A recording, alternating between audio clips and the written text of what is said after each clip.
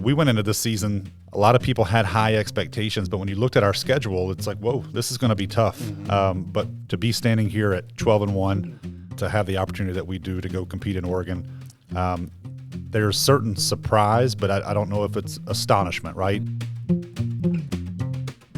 Welcome to Being the Change, the official podcast of James Madison University, brought to you by Madison Magazine. Each episode brings you stories of how members of the JMU community combine intellect with action to live lives of purpose and meaning. That's being the change.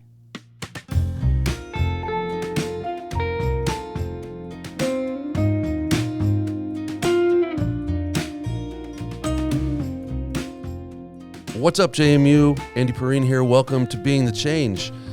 This is a big time episode in that we're going to be talking to Athletic Director Matt Roan about the crazy couple weeks that we've been having at JMU, especially around the football team winning the Sun Belt Conference, getting into the college football playoffs, coaching changes. It's just been a crazy couple weeks.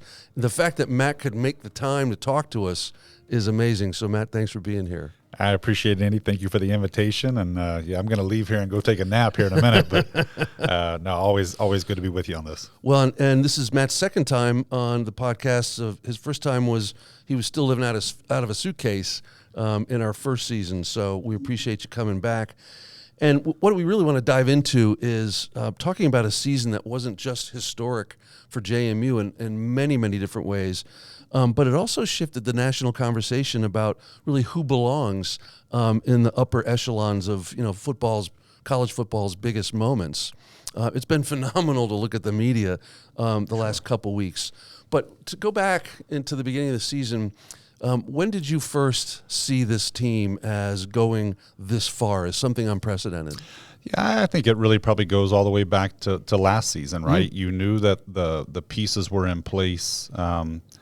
I think going into the 2024 season, Coach Chesney had to have 65 new players. Mm-hmm. And to be able to go 8-4 in the regular season, to cap off the end of last season with a bowl win, our mm-hmm. first ever down in Boca, kept most of that staff intact, mm-hmm. like lost a few pieces. The turnover was still great, but not as great as the previous year. But guys knew how to practice, mm-hmm. right? Guys knew what the expectations were. We still had the pieces that had been here from even the previous staff. Mm-hmm. And so that standard of excellence was always present, and I think you saw that continuity. And, we went into this season, a lot of people had high expectations, but when you looked at our schedule, it's like, whoa, this is going to be tough. Mm-hmm. But to be standing here at 12-1, mm-hmm.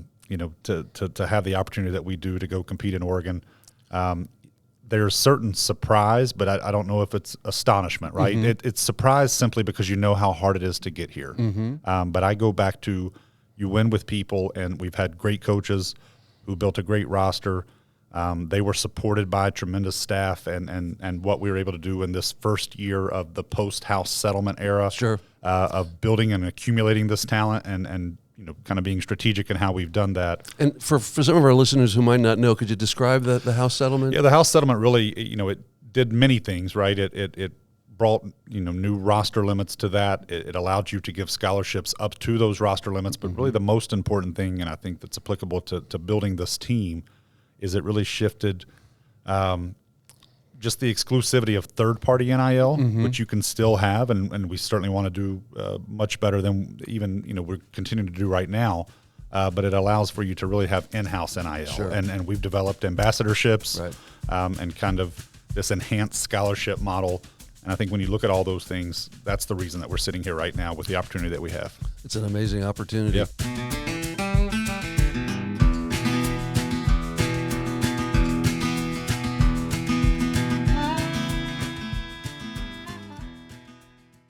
I was at a lot of the games this season, and I don't know what was more satisfying, keeping App State to negative yardage or beating Washington State at home. I mean, there were so many great moments. Yeah, I would even go back to you kind of knew that this team had something special about it when we went on the road and actually lost to Louisville, right? Yeah. But that was a game where you're tied up in the fourth quarter. a couple plays here and there, and that result could have been very different. Sure.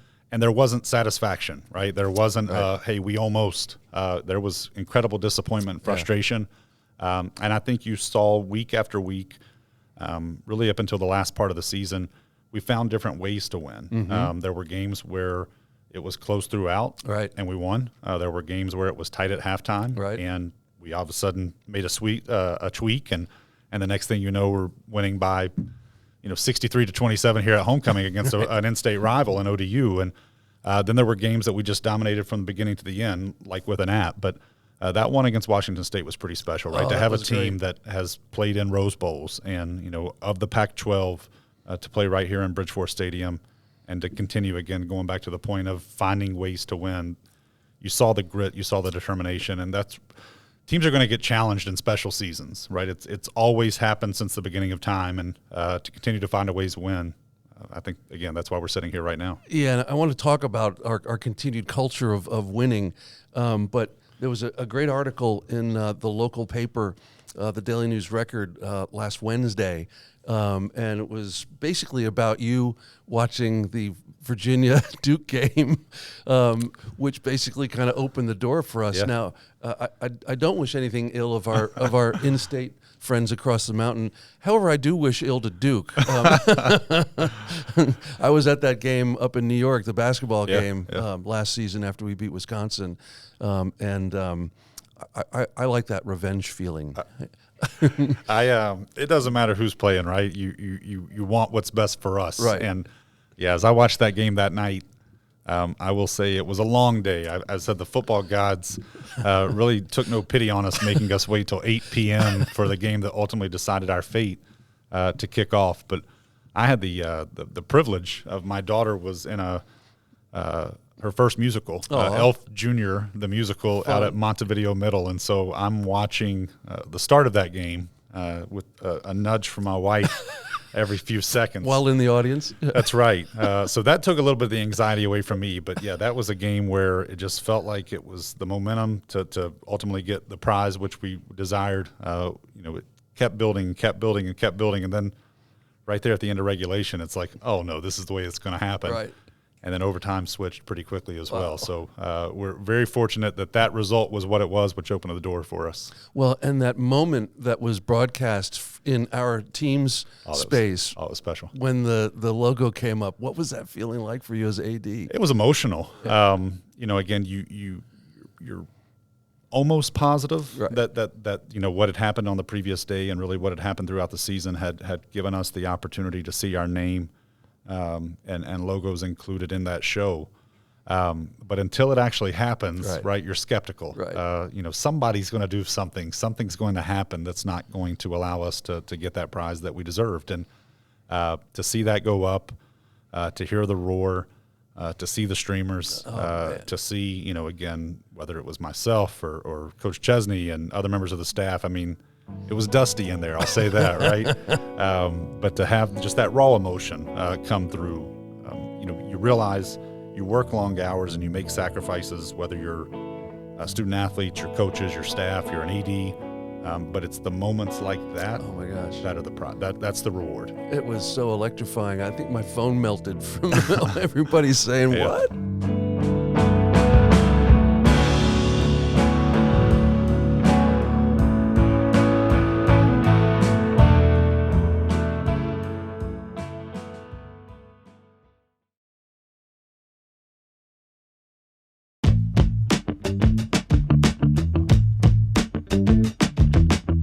So that moment happened, and it was incredibly exciting. But then a lot of really interesting stuff started to happen in the media. Yeah. And describe for us, this conversation was pretty heavy against us when in the early days after the announcements. Yeah, and I think a lot of that, and it's people that maybe don't understand the rules as they're written. Mm-hmm.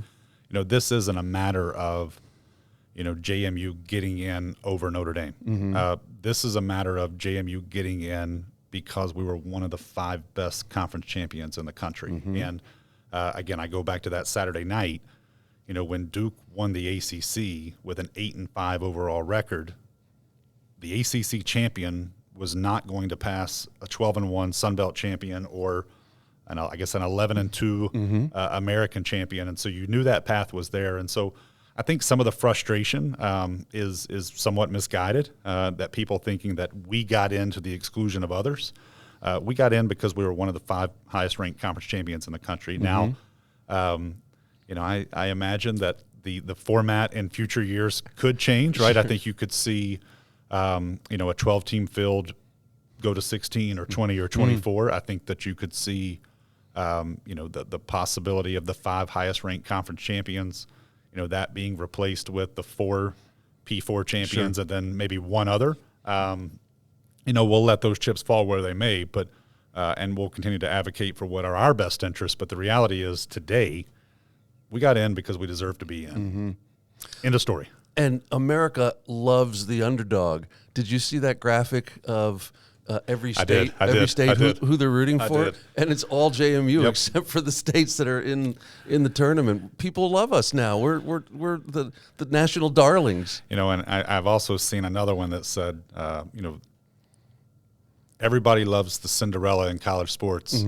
And then there's a Cinderella introduced to college football, and they said, except for you, right? Nobody wants that. But I do think that we'll have a country behind us. I think we'll have college football fans everywhere. If you're not a fan of Oregon, maybe some other teams or some other conferences that will, maybe rally behind them. But we're going to have a lot of people pulling for the Dukes on Saturday night. Well, it's really great because we've kind of mixed it up with the Oregon fans in some social media, and the Oregon fans love JMU, and I've seen the comments several times. Hey, well, we're not playing you. We're rooting for you next time because we love you guys. And I think what you're seeing there is really what we see put on display every Saturday. And when we go on the road, right, we have a passionate fan base. I was just talking to Coach Napier just a second ago, and a differentiator for us is our fan base. It's our game day experience. It's when we go on the road, people show up. It's people on social media, right? They interact. They engage with our content, and they have some fun with other people's content, and making sure that they're letting everybody know who their number one team is. But to me, that's a testament of our fan base, how creative they are, how passionate they are, how funny they are, how loyal and funny they are. Absolutely. Well, that's amazing. Well, one of the things that my team tracks is how often JMU or James Madison is dumped into search engines. And the number one time for us was the last College Game Day. And on Sunday, when we were picked for the playoffs, it made that spike look small. Really? I mean, this is huge. Yeah. The amount of people that now know our name. In fact, the JMU.edu servers were having trouble keeping up with all the people that were coming to check us out on that Sunday. Yeah, I heard Melinda Wood said that, and I think it was obviously information that was coming from you, talked about our servers almost operating at a crawl, right? Yeah, oh yeah. The amount of time that people were spending on our website was, much higher than normal, right? Oh, yeah. But that's 16, 19 seconds. It was 60 seconds or more. It was. People spending that And amount that's just of time. the average amount of time. Yeah. And I think for me, in the world that I live in, the only thing that I think you can compare it to is it's not just making the NCAA tournament, but it's probably making the Final Four. Yeah. You've probably seen it at Mason. You've seen it a couple times at VCU. Right. To me, what's so great about college football, the regular season in college football is probably the most important in any major sport, right? You've got to have a 12-1 record to get into the most meaningful postseason opportunities that you have. And so I just keep going back to, it's not just making the NCAA tournament, it's winning 4 games to get to the Final Four. That's what 13, opportunities for us this year to get into this 12-team field.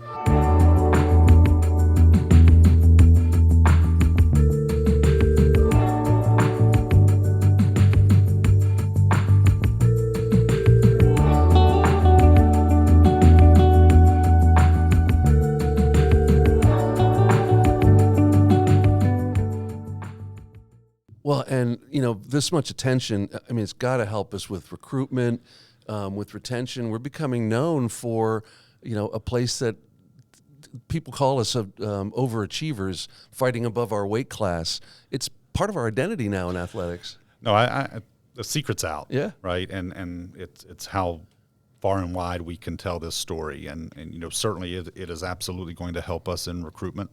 If you talk about football, when you're trying to retain talent on a team, when you're trying to recruit new talent to replace outgoing talent on a team, when you're selling, again, that game day experience and the environment that we have, but more importantly, you're saying, hey, come and help us get back to the college football playoff. Competitors, they want that.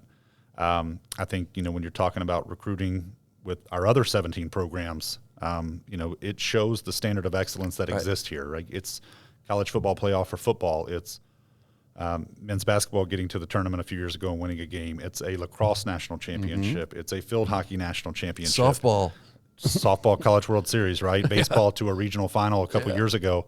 There's a standard, there's an expectation, there's excellence that exists here. And then I think you talk about all the other benefits, and this is the Final Four effect, if you will. But you talked about people coming to the website. That's likely going to turn into a spike in applications. On the other end of that spectrum, hopefully it means that people, alums, friends of this institution, businesses, partners are giving back at unprecedented levels because they see what their investment is able to do, the return. Well, I'm glad you brought up all the other sports and this continued culture of winning. When Coach Cignetti left, and geez, what a season he's had at Indiana. Pretty good one. With the Dukes of Bloomington, as they're called, right? JMIU, right? I keep hearing that one. Right. Was it the death knell for our program? And quickly got Bob Chesney in, and he built the thing back. There's a culture of winning here that transcends those kinds of transitions. How is that built, and how's it sustained? I think culture comes from success over time. It's sustained success, to use your word that you just kind of shared.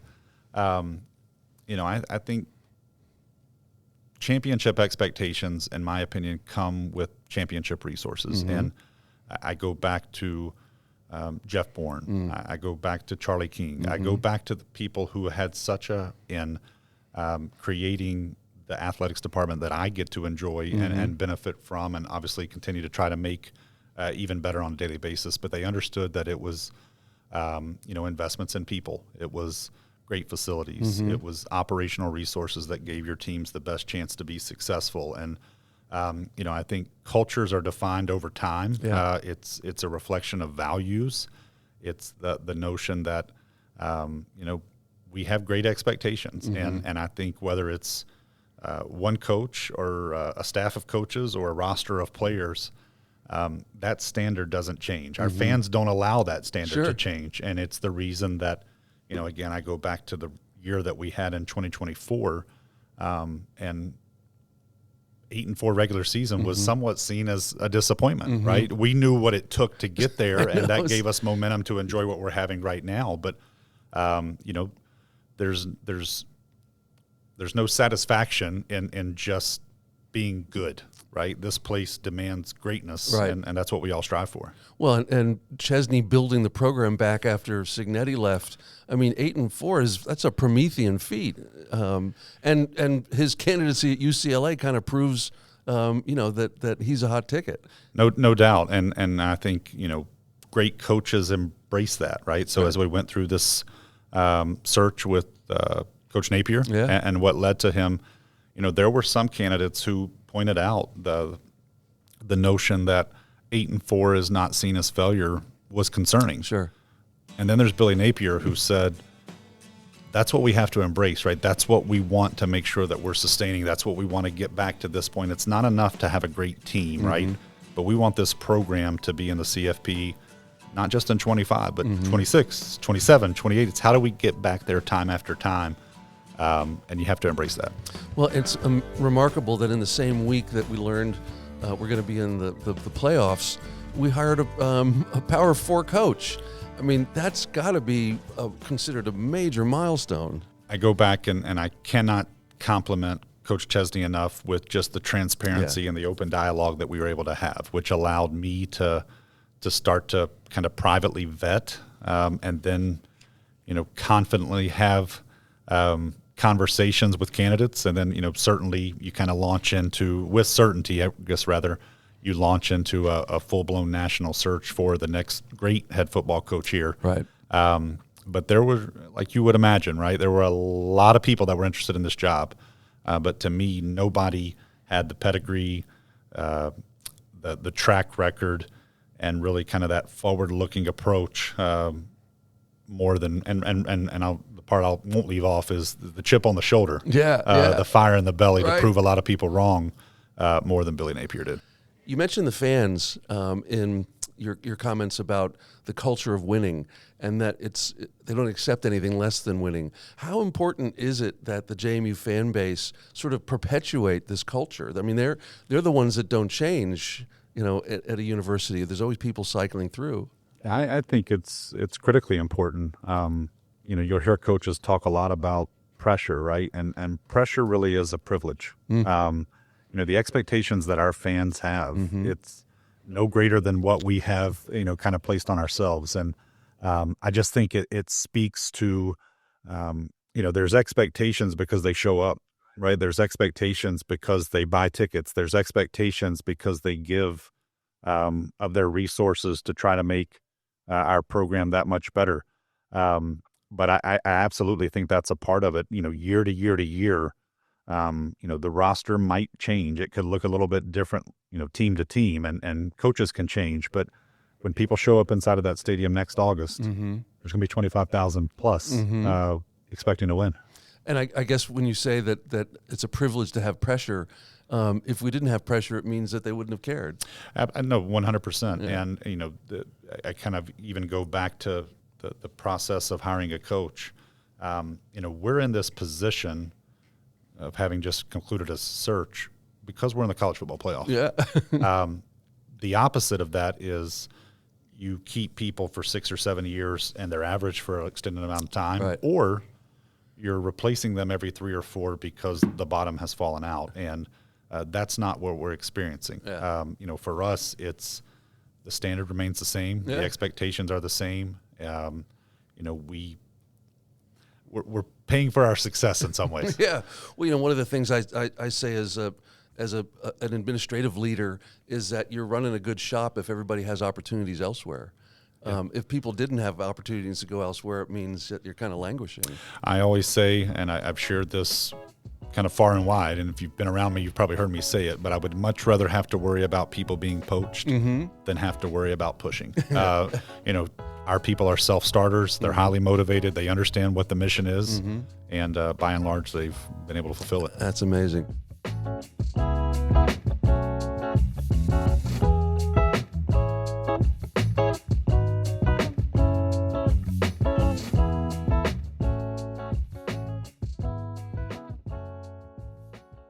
Well, what's the rest of the week look like? We're recording on Monday, the 15th of December, and you're headed west pretty soon. What's it going to look like? Well, between now and then, I've got to pack a little bit. I haven't even looked that far ahead.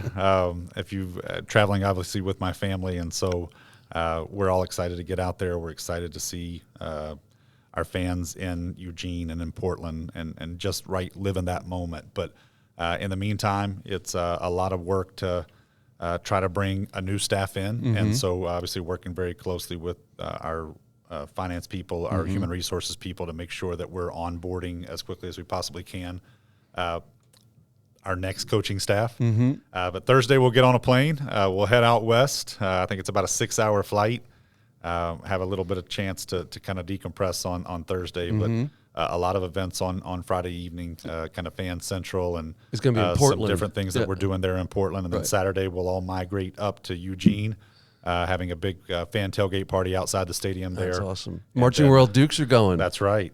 Can't wait to get them out there. They're heading out on Thursday afternoon. The team will go out a few hours later to try to time up sleep schedules and that, getting adjusted to a 3-hour difference from a time standpoint. But and then we'll kick it off at 4:30 Pacific on Saturday and 7:30 Eastern. That's right, and try to prove everybody that's been negative wrong. And I think for us there is expectation that we're going to go out there and we're going to show well, and we're going to have opportunities at the end of that game. So I'm excited to get out there and see it. Oh man, I can't wait. And neither can most of the JMU Nation. Well, Matt Roan, thanks so much for coming on the show. You've got so much on your plate right now. Really appreciate you making the time.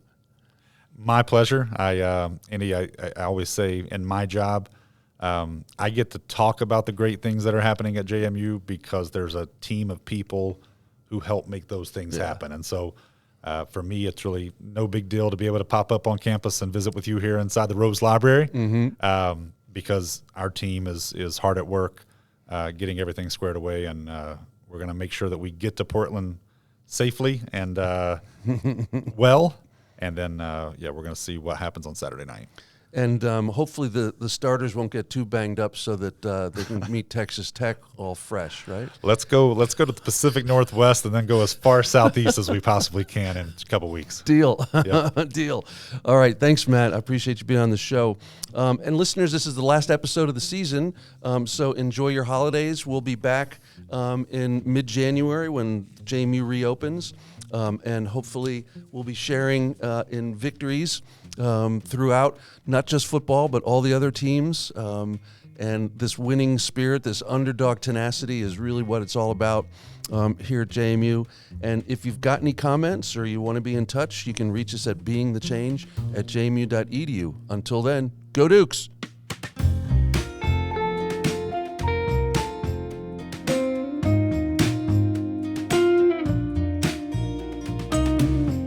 Thanks for listening.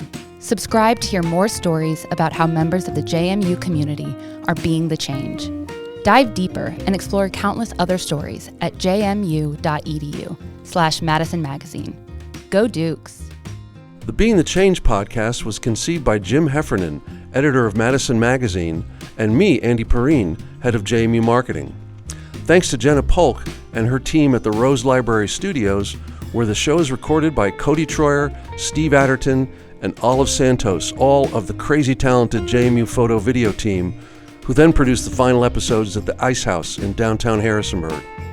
Original music by 2019 alumnus Neil Perrine. You can find the Being the Change podcast on all the popular platforms where we hope you'll like, share, and subscribe. The Being the Change podcast was conceived by Jim Heffernan, editor of Madison Magazine, and me, Andy Perrine, head of JMU Marketing.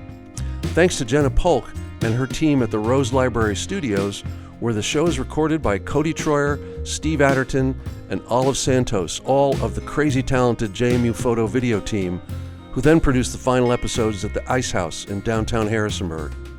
Original music by 2019 alumnus Neil Perrine. You can find the Being the Change podcast on all the popular platforms where we hope you'll like, share, and subscribe.